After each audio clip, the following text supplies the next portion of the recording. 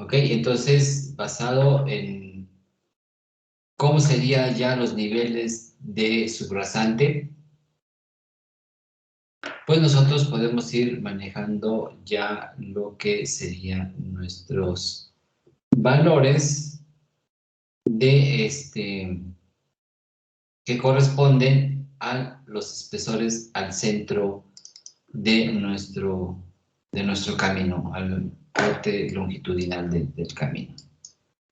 Habíamos manejado una sección transversal, vamos a decir sección tipo, la cual estamos manejando terraplén, seguimos con terraplén todavía, y vamos a mostrar lo siguiente. Ok. Todos estos datos que estamos diciendo se deben de observar en nuestros, primero, en primera instancia, en lo que serían los espesores en el centro de línea, que eso sería lo que vamos a requerir. Habíamos hablado de características de desmonte y de despalme. El desmonte, pues obviamente, se hace eliminar todo lo que serían la parte superior del terreno natural, árboles, maleza, pasto, etcétera, etcétera, sembradíos, todo lo que pueda existir.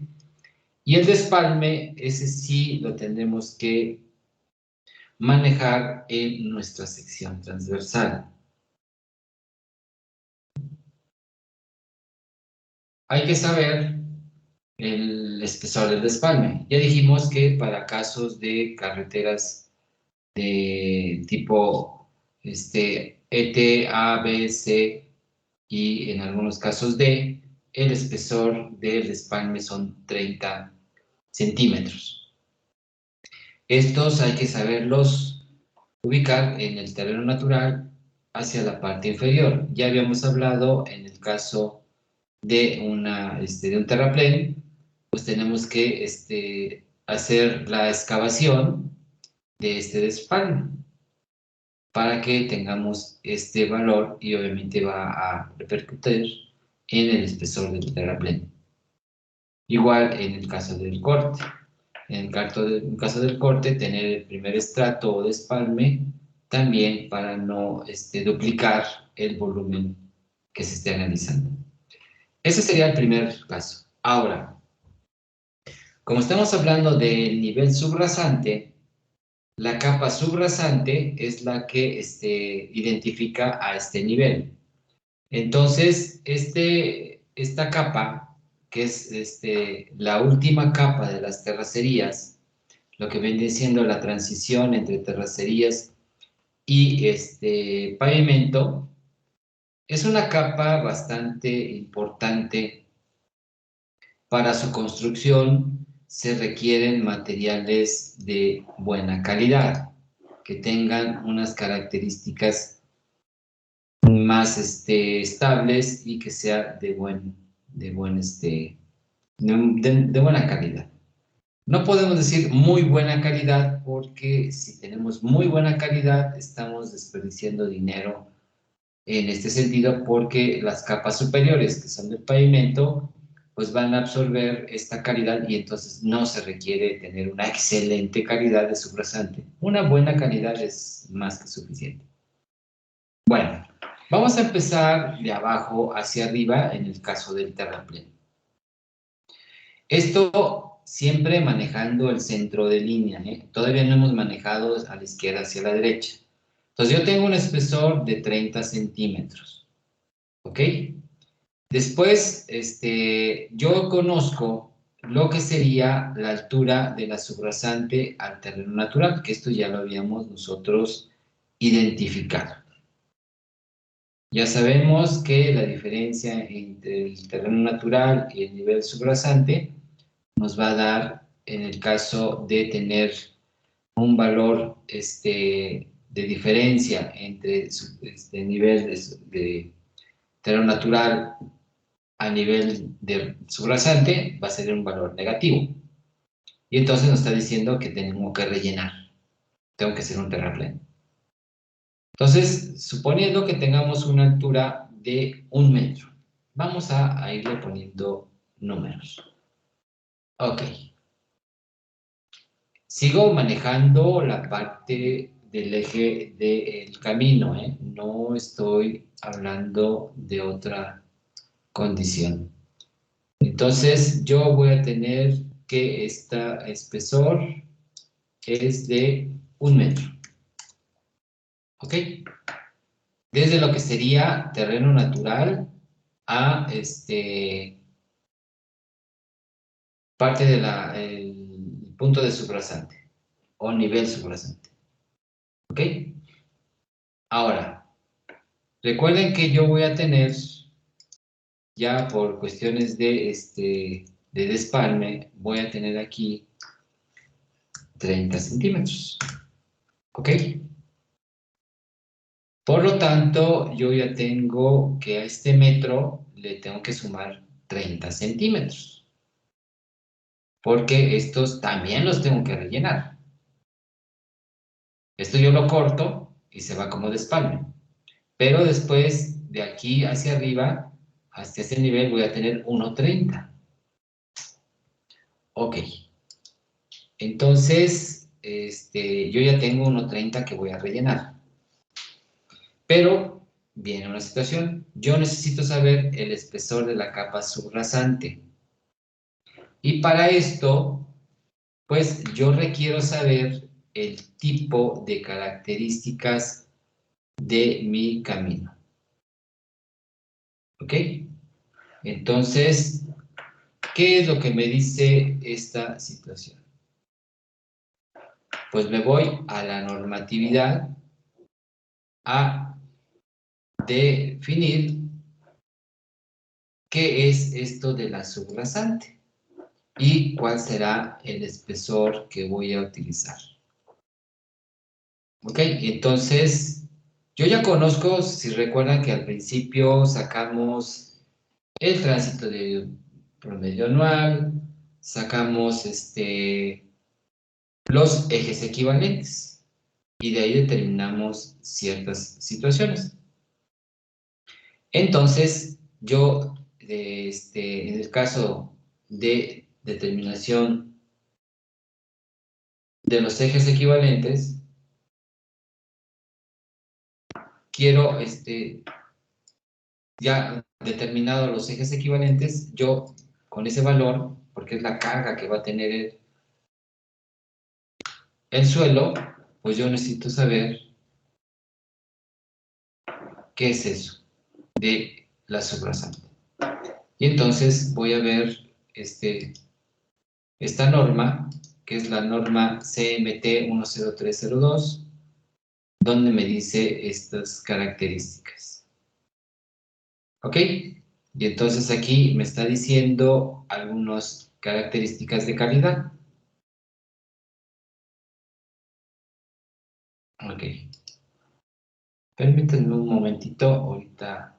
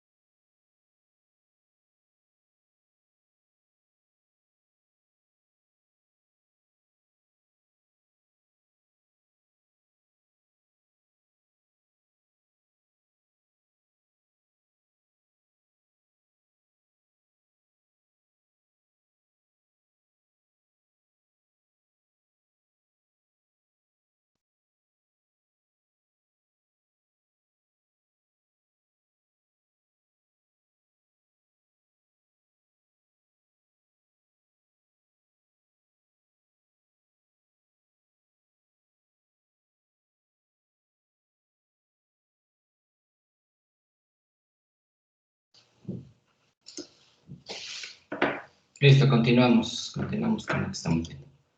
Ok, entonces esta capa subrasante es una capa que se tiene que construir. Forzosamente, esta capa a fuerza debe de existir y entonces va a servir como dice aquí, para desplante del pavimento. Es la cimentación del pavimento. Ok. Entonces, nos dice que yo requiero saber los ejes equivalentes. ¿Cuánta carga va a tener? Y entonces me dice que si tengo un tránsito que sea igual hasta de 1 millón o menor, voy a tener 20 centímetros de subrasante. Si tengo de 1 millón a 10 millones, voy a tener 30 centímetros. Y si tengo más de 10 millones, es un análisis especial. ¿Ok? Entonces ya me están dando espesores ya de manera forzosa. Menos de 1 millón, 20 centímetros. De 1 millón a 10 millones, 30 centímetros. Y más de 10 millones de ejes equivalentes de 8.2 toneladas. Más de 30, o sea, un análisis especial. Entonces, para casos comunes,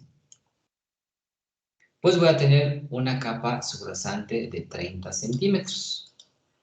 Entonces, yo tenía 1.30 y ese 1.30 le voy a quitar 30 centímetros porque ya no van a ser de terraplén, de relleno para hacer mi terraplén, sino que es de una capa que tengo que hacer forzosamente en esa posición.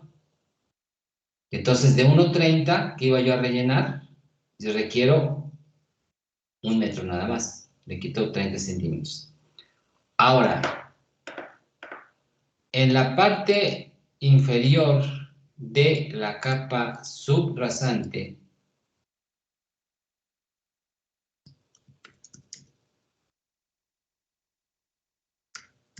existe otra capa que también es, entre comillas, forzosa o no forzosa. Esto también dependerá de los ejes equivalentes. Se llama la capa subyacente. Esta capa subyacente es una capa que se puede utilizar o no se puede utilizar dependiendo de este número de ejes equivalentes. Entonces, yo estoy hablando que tengo entre 1 millón a 10 millones de ejes equivalentes, por eso utilicé 30 centímetros. De 1 a 10, que es lo más común. Y entonces me dicen, ok, esta capa que tiene, vamos a decir, relativamente poco tiempo que se estableció, es una capa de transición entre lo que sería el material que va a estar compuesto por el relleno, en el caso de terraplén, y la capa subrasante. El objetivo de esto es que la capa subrasante tenga la mejor calidad y esté compuesta perfectamente de manera horizontal, manteniendo su bombeo y su espesor uniforme en todos los puntos. Esos 30 centímetros son en el centro, en la orilla y en la otra orilla. O sea, es una capa de espesor uniforme. Por eso se tiene que ir haciendo ya lo que serían los bombeos o elevaciones desde las terracerías, para evitar que gastemos más dinero en tratar de componer una capa subyacente o una capa subrasante que me la pagan por espesor uniforme. Si yo no lo hice de esa manera, pues ya el costo de las diferencias será por parte del contratista. Bueno, esta capa subyacente, que es una capa que es de transición, me sirve, como su nombre lo indica, para efectuar una transición entre las terracerías y la capa subrasante. ¿Y esto con qué fin? Bueno, se ha visto que en algunos casos, a la hora de que yo corto, voy a tener materiales, pues, son rocas. Entonces, la superficie me queda de manera irregular porque es un material rocoso, el cual pues, no se puede compactar, solamente se acomoda, y entonces la superficie no queda totalmente horizontal. Entonces la capa subyacente lo que va a hacer es eliminar pues esas imperfecciones, absorbiéndolos de acuerdo a el espesor que me establece la norma. Entonces, esta capa subyacente va a tener diferentes espesores dependiendo también de los ejes equivalentes. Como los ejes equivalentes están entre 1 y 10, en el caso que estamos haciendo, esta capa subyacente es para colocarla sobre todo en lo que sería el producto de cortes, o también puede ser en este caso en bancos, ¿no? Y entonces aquí nos dice, cuando la intensidad del tránsito sea entre 10.000 menor a 10.000 ejes equivalentes, no se requiere subyacente. Cuando la intensidad sea de 10.000 a 1.000.000, 30 centímetros.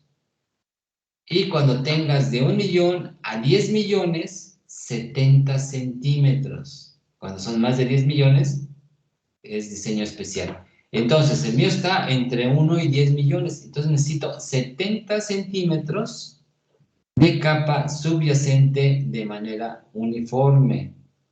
Y entonces, ya me están diciendo que también requiero un material que tenga cierta calidad para poderla colocar en mi capa. Y entonces, yo ya no voy a tener 1 metro de espesor, sino que va a ser los 30 centímetros y después esta capa subyacente va a tener 70 centímetros. Y entonces estoy hablando de un relleno, fíjense aquí. Esto es bastante, pues no complejo, pero sí se deben de conocer perfectamente las capas, la composición de las diferentes capas. Si el material que estoy utilizando es material muy grueso, o sea, rocas, pues sí es indispensable hacer este relleno, pero ya me lo están indicando por norma. Si los materiales, perdón, si los ejes equivalentes son de 1.000.000 a 10 millones, requiero 70 centímetros de capa subyacente. Y entonces, el metro que tenía yo de relleno de material, pues ya no va a ser, sino que va a ser lo que sería 1,30 menos 30, un metro. Y ese metro le tengo que quitar 70 centímetros y me quedan 30 centímetros de relleno. Entonces, aquí sí hay que ir haciendo el análisis de manera, pues, correcta para tener, ahora sí, como dice aquí, qué es lo que va a ser primero, cómo hasta dónde voy a rellenar, y esto va a ser manejado en las secciones transversales. Yéndonos a corte, pues aquí voy a tener 30 centímetros de espesor, ¿ok? Aquí serían los 30 centímetros, y aquí tendríamos que ver los 30 centímetros de lo que corresponde a mi capa subrasante y a mis 70 centímetros que van a ser de mi capa de subyacente. ¿Ok? Y entonces aquí, fíjense, es 1 metro, y entonces yo tengo que cortar hacia abajo lo que sería, aparte de que ya hice todo este corte, tengo que irme hasta esta posición para poder alojar estas dos capas que son forzosas.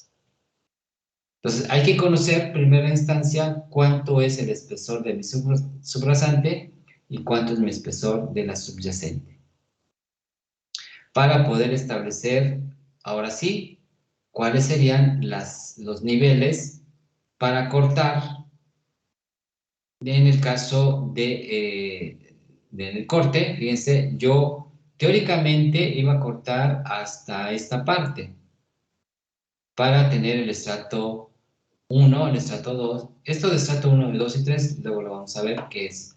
¿Ok? Y aquí la subrasante tendría yo que llegar hasta esta parte.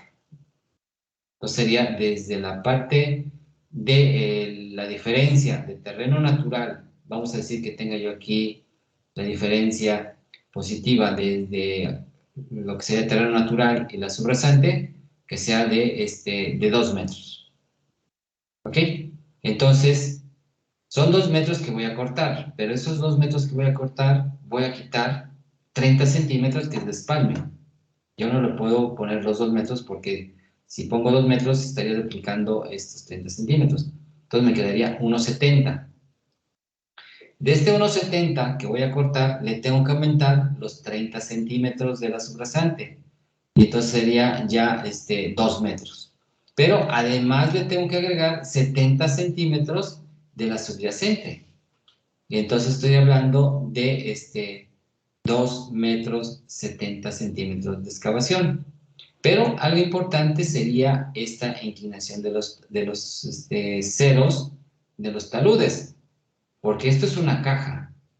Yo tengo que hacer una caja para alojar este material nuevo. Entonces aquí viene siendo, ahora sí, ya la determinación de las diferentes calidades de estratos de suelo que tengamos para poder establecer estos niveles de manera correcta. Y ahora sí, saber hasta dónde voy a cortar, porque eso va a ser un volumen que voy a utilizar. ¿Ok? Independientemente de que si el material sirva para subrasante o para subyacente de acuerdo al terreno natural, eso es otra cosa. Eso ya sería situaciones ya muy particulares para identificar si funciona, no funciona. No lo sabemos hasta que no lo cortemos, porque si yo hago un sondeo y ese sondeo tiene 1 metro de profundidad y aquí voy a cortar 2,70, pues no sé qué hay hasta abajo. Si a la hora de que corto el material que yo voy cortando, estoy observando que es un material bueno, pues ya no voy a llegar, pero eso ya es proceso constructivo. Yo todavía no sé cómo sería este estrato hasta ahí abajo, porque pues desconozco esta situación. Esto obviamente se tiene que manejar desde el proyecto de los datos preliminares. Si yo tengo estratos muy grandes, pues sí tengo que definir pues aproximadamente qué tipo de material es, porque aquí lo están dividiendo en 3 estratos. Porque el estrato número 1 tiene una resistencia, el estrato 2 tiene otra resistencia y el estrato 3 tiene una resistencia. Y entonces, basado en esa resistencia, serían los precios distintos. Porque no va a ser el mismo caso que tuviéramos roca o que tuviéramos material más suelto, ¿no? Entonces, esa es la complejidad de las secciones transversales. Estoy hablando solamente del eje del camino. Ya conociendo los espesores de la subrasante, los espesores de la subyacente, y ya tengo el espesor del espalme, pues yo en el dibujo sí tengo que ir haciendo la separación de cada una de estas capas para determinar de manera correcta las alturas de cada uno de estos elementos que voy a utilizar. Se complica un poco más cuando tengamos secciones en balcón, porque sí tengo que analizar de un solo lado y después del otro lado para poder establecer correctamente estos espesores. Bueno, entonces como ven, sí llega a complicarse la elaboración de las secciones transversales, pero hay que tener todos los datos ya totalmente analizados para hacer un correcto dibujo de mis secciones. Ok, ahorita lo único que se ha hecho es la sección transversal del terreno natural. Ok, sí, Juan Carlos. Inge, disculpe, cuando calculamos los ejes equivalentes, en la tabla que usted nos había mostrado del tráfico, ve que para las subbases y terracerías se utilizaba cierta profundidad de los coeficientes de daño. ¿En qué casos se utilizarían, no sé, una profundidad de arriba de 30 centímetros? No, ya en tus ejes equivalentes se establecen, recuerda que vimos subbase, carpeta y base, y el otro viene siendo subbase y terracerías, ¿ok? Ya están indicados ahí, ya no tenemos que modificar nada. Ya nos están diciendo que utilicemos de preferencia ciertos espesores de profundidad. Si ya tiene más o tiene menos, ya no nos tenemos que meter en ese análisis, porque se hace un análisis generalizado. Porque si te imaginas que estuviéramos haciendo correcciones, no llegaríamos a establecer un solo valor de ejes equivalentes. Entonces, simplemente se utilizan, recuerda que habíamos visto en el 444, nos decía 0 y 30, ¿verdad? Y ya manejábamos para carpeta y base el de 0, y para 30 subbase y terracerías. Ok, actualmente ya no se utiliza el 0.30. Se manejan 15 para carpetas y bases, y para el otro caso se maneja 60 para subbase y terracerías, para tener valores mucho más generalizados de acuerdo a las profundidades que puedan tenerse en nuestras capas. Si queremos hacer más preciso, tenemos que hacer un análisis más fuerte, pero llegaríamos a establecer una especie de círculo en el cual si le muevo aquí, se mueve acá, y entonces no es correcto esto. Vamos a ver, esto es hablando del método de ejes equivalentes de la UNAM. Gracias, Inge. Donde maneja carpeta y base y subbase y terracerías. En los otros métodos no lo manejan de esa manera, lo manejan ya sin ninguna profundidad y manejan ya otro tipo de análisis para estos ejes equivalentes. No lo hace como la UNAM. La UNAM sí lo quiso hacer un poquito más a detalle, pero los métodos americanos no lo manejan de esa manera. Lo manejan ya muy distinto, sin profundidades como lo hace la UNAM. La manejan ya desde la superficie, pero manejan a efectos del camión, manejan otros, vamos a decir, otras herramientas para llegar a establecer los ejes equivalentes. Hoy utilizaremos los ejes equivalentes de la UNAM, porque es el que se rige bajo la Secretaría de Comunicaciones y Transportes. Ya después podemos hacer análisis con los otros ejes equivalentes y vamos a ver que no hay mucha modificación, o sea, no va a cambiar. No será el mismo resultado de ejes, pero pues estamos hablando, aquí nos dicen de 1 a 10, pues nos dan un panorama muy grande, entonces no va a afectar en nuestro diseño. Ok, entonces ya conocemos nuestro TDPA, ya sabemos el tipo de camino, ya sabemos los ejes equivalentes y ya sabemos para qué me va a servir los ejes equivalentes.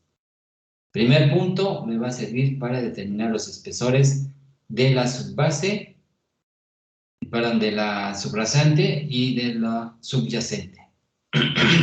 Pero es importante conocerlos para saber cómo va a quedar. Aquí estoy mostrando en color café el nivel de la subyacente y después viene el nivel de la subrasante. ¿Ok? La capa de subrasante, 30 centímetros, y en el otro estoy manejando 70 centímetros, por decirlo, ¿no? No está a escala, pero de esa manera se va ejemplificando. Y ahora, ya que tengo el nivel de la subyacente, como estamos viendo aquí, pues yo ya sé cuánto va a ser el volumen de relleno de esta parte, ¿verdad? Ya el volumen de relleno, pues va a ser solamente esta pequeña cuña del terreno natural, pero recuerden que este valor, pues yo lo tengo que establecer también con mi despalme. Recuerden que aquí va a haber un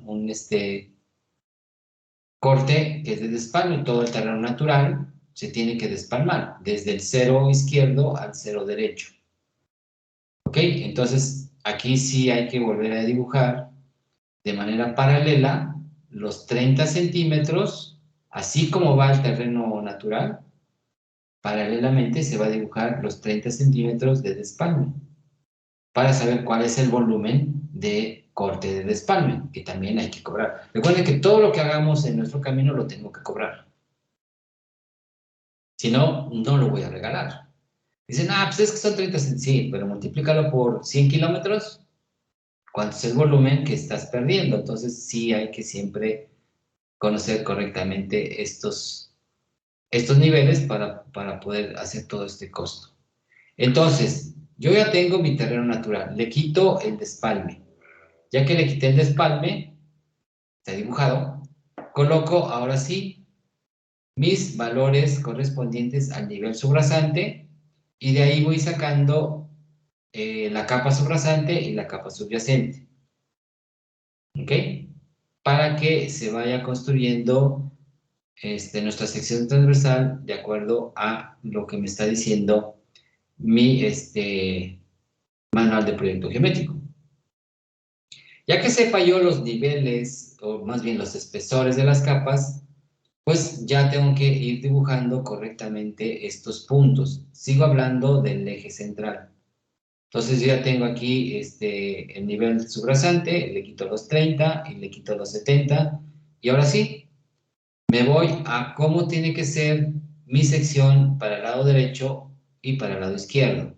Si es en tangente, debo de dar el menos 2% y el ancho correspondiente al carril de mi tipo de camino. Tengo que irme a mi tabla y conocer cuánto va a tener de acotamientos centrales, si es de 4 carriles, si va a tener acotamiento interno, si va a tener acotamiento derecho y sacar todo lo que sería las medidas tanto de la corona, la calzada y todos los elementos que correspondan.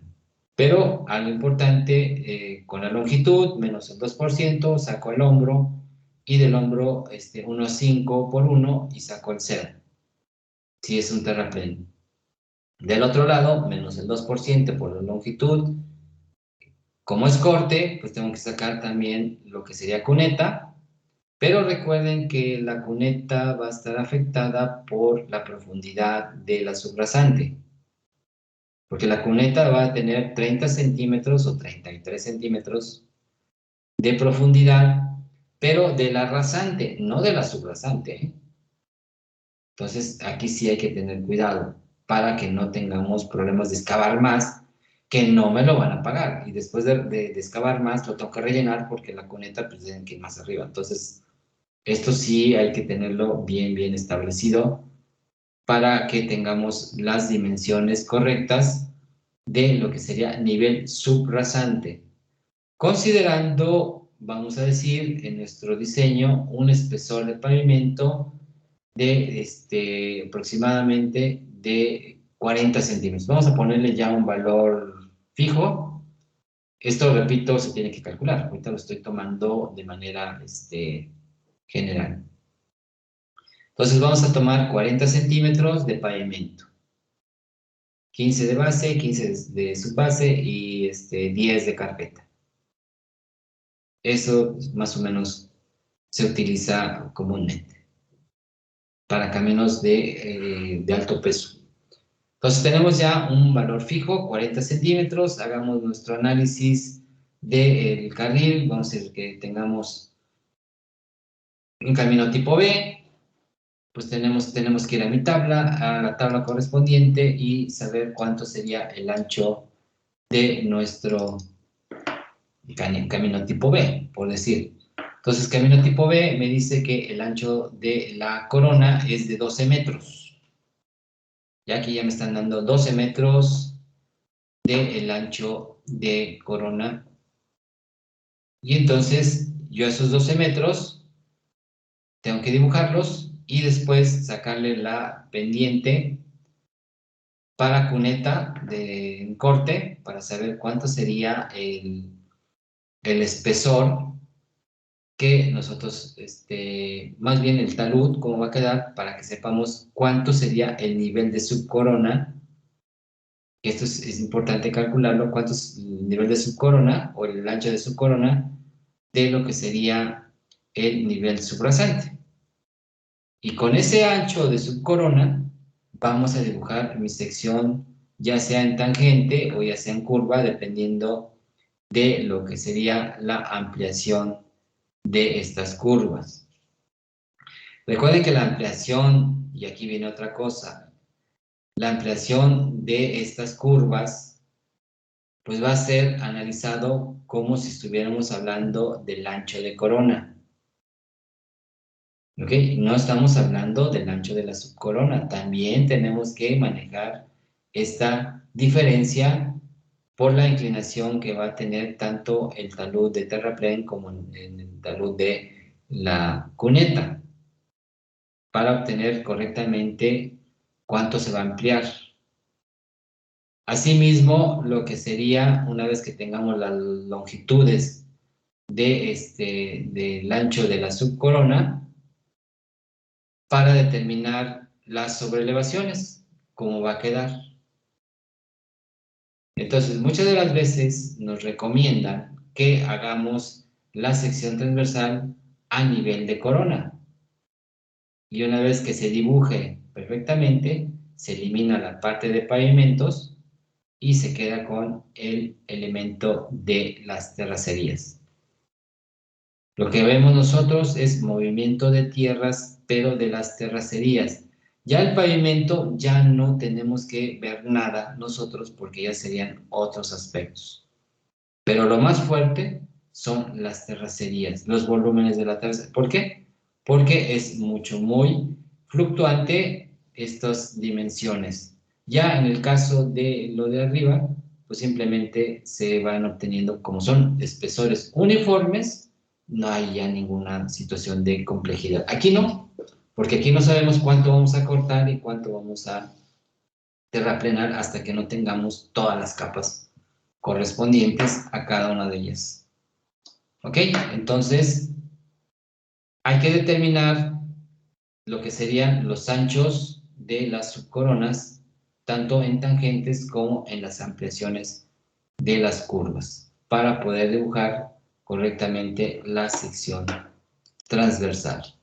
Ya dibujada la sección transversal, ya teniendo los niveles de subrasante, los niveles de subyacente, pues ahora sí, podemos empezar a calcular las áreas correspondientes de las diferentes capas para después irnos a nuestra tabla de la curva masa, donde ya se especifican lo que serían las áreas correspondientes de cada una de estas capas y después se obtienen a volúmenes y así sucesivamente para encontrar lo que sería el movimiento de terraplén. ¿Cuál es el que me interesa a mí? El movimiento solamente de los cortes y de los terraplenes.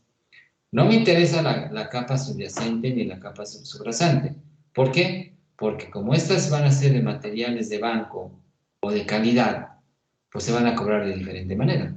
Se tienen que cobrar por acarreo, por extracción, por mezclado, tendido, conformado y con todo. Pero lo que serían las terracerías, lo que sean los terraplenes y los cortes, sí, necesito saber cuánto es el área para convertirlo en volúmenes y después determinar los movimientos de tierra. Yo voy a mover cierto volumen para poder rellenar, cortar y rellenar de manera correcta y ver si me hace falta material o si me sobra material producto de los cortes. Si me falta material porque los cortes son muy pocos y los terraplenes son muchos, pues tengo que buscar bancos de material de préstamo para poder hacer mis terracerías. Repito, las otras capas se quedan fuera. Ya si el material funciona o no funciona, eso es otra cosa muy distinta. Yo quiero saber cuánto quiero de material para que termine a nivel subyacente o en dado caso a nivel subrasante, para saber cuánto voy a mover. Ok, esto sí se requiere que se lea en el manual. Está un poquito complejo, no es tan sencillo, sí me lo manejan ahí medio rebuscadón. Pero en pocas palabras hay que determinar los espesores de las diferentes capas y de ahí a sacar ya dibujado mi terreno natural, ubicar mi subrasante y en dado caso ubicar la rasante. De la subrasante le aumento 40 centímetros y ya tengo la rasante. Pero recuerden que nosotros hemos hecho nuestro perfil nivel subrasante. Eso es importante para evitar esta situación de que no son 40, son 35. Entonces, nosotros con el nivel subrasante ya podemos modificar todo lo que quieran hacia arriba y no nos va a afectar de manera en el cálculo y el análisis de lo que estamos haciendo nosotros. Bueno, ¿preguntas al respecto?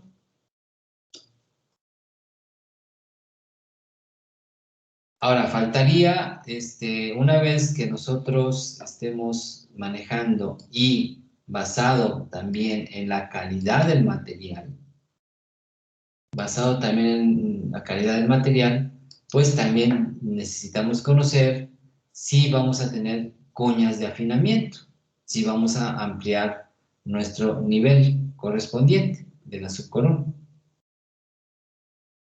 Para evitar esto. Esto básicamente es cuando tenemos alturas bastante grandes de terraplén, donde a la hora de ya de compactarlo y también del tipo de material, al compactarlo, los hombros no tengamos problemas y esto no se empiecen a caer o se empiezan a deslavar, provocando que el ancho de la subcorona se reduzca y tengamos problemas con la corona. Esto, pero dependerá también mucho de las situaciones del tipo de suelo. Primero se analiza de manera general y ya después vemos, ok, el material no funciona, auméntale, sácale, pero eso ya serían los volúmenes ya finales de nuestro análisis. Vamos a ver también si se van a requerir escalones de liga o se van a requerir bermas, aquí escalones de liga, que serían para amarrar lo que sería estos taludes, que serían muy grandes, por decir, o requerimos bermas, que también son escalones. Cuando estamos en corte, se llaman bermas. Cuando estamos en terraplén, se llaman escalones de liga. Estos escalones de liga que se tienen que ir construyendo para tener lo que sería un mejor amarre en esta inclinación. Pero esto va a depender de la inclinación del terreno natural, ¿eh? Si el terreno natural va casi plano, no necesitamos escalones de liga, obviamente. Pero si es muy prolongado, sí requerimos situaciones de construir estos escalones de liga. Si aquí tenemos materiales sueltos, se recomienda hacer una berma, que viene siendo un escalón en el corte. Todo esto sí se requiere saber desde antes para que se hagan las secciones transversales de manera correcta. Otro de los aspectos, esto es para otro de los aspectos es si se van a requerir, y esto también sale en la sección transversal, si se van a requerir muros de sostenimiento de tierra, que muchas de las veces no se llega a determinar correctamente estos ceros debido a que la inclinación es muy fuerte y no se puede manejar correctamente. Entonces, esto se tiene que ubicar desde lo que sería ya el estudio de este terreno, porque aquí les doy el ejemplo. En este caso, esto es un corte que se hizo en la carretera de Hermosillo a Chihuahua, pero esto no se determinó en el proyecto. Esto se encontró una vez que se estaba construyendo el camino.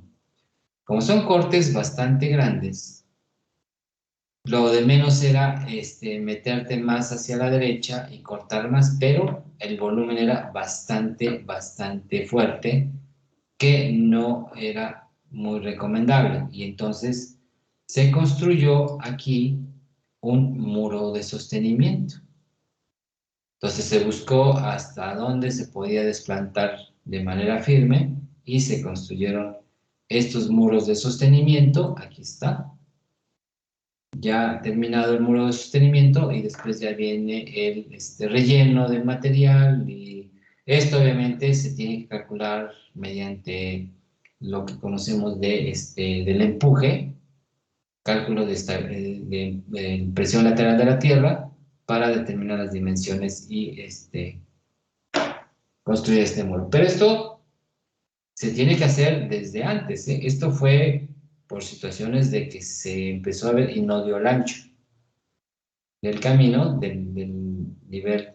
Vean, aquí el terreno es un material pues rocoso. Cuando construimos esta carretera, todavía no existía la capa subyacente. Entonces, lo que se hacía era una capa, que era el equivalente de la subyacente, pero era una capa adicional que nosotros lo colocábamos en ese momento, o sea, modificábamos niveles y le construíamos esta capa para absorber las imperfecciones que quedaban de lo que sería nuestro corte. En pocas palabras, aumentábamos el nivel de la subrasante, nada más, porque no hacíamos dos capas. Hacíamos una, pero más grande, para que las rocas pues quedaran, pues ahora sí, no con un espesor muy pequeño en la parte superior que afectara el rodamiento de nuestra capa ya final subrasante. ¿Ok? Entonces, por decir, y esto ya haciendo... Bueno, esto lo vemos el día de mañana.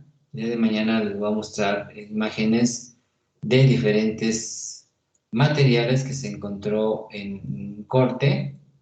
Fueron muy variados, desde rocas sanas, conglomerados medianamente cementados, y materiales que se veían que eran fuertes, pero a la mera hora se desgarraban muy fácil, que eran los conglomerados ya muy medianamente o casi nada cementados. Pero se encontraron zonas de roca bastante buena que se utilizó para ubicar una trituradora y sacar materiales para los concretos. Mañana vemos algunas imágenes de todo esto. Ok, pues vámonos. Mañana continuamos. Nos vemos. Que tengan un buen día. Hasta luego. Hasta luego, Inge, gracias. Muy bien, Inge.